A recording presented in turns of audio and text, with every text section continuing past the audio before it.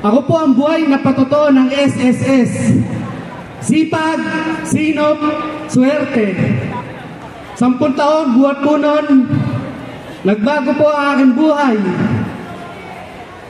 Nakapagpagawa po kami ng bahay.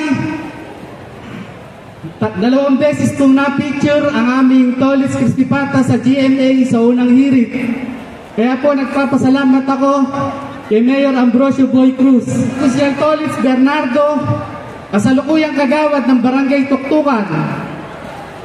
Ako po ang inyong kabalikat sa kaunlaran.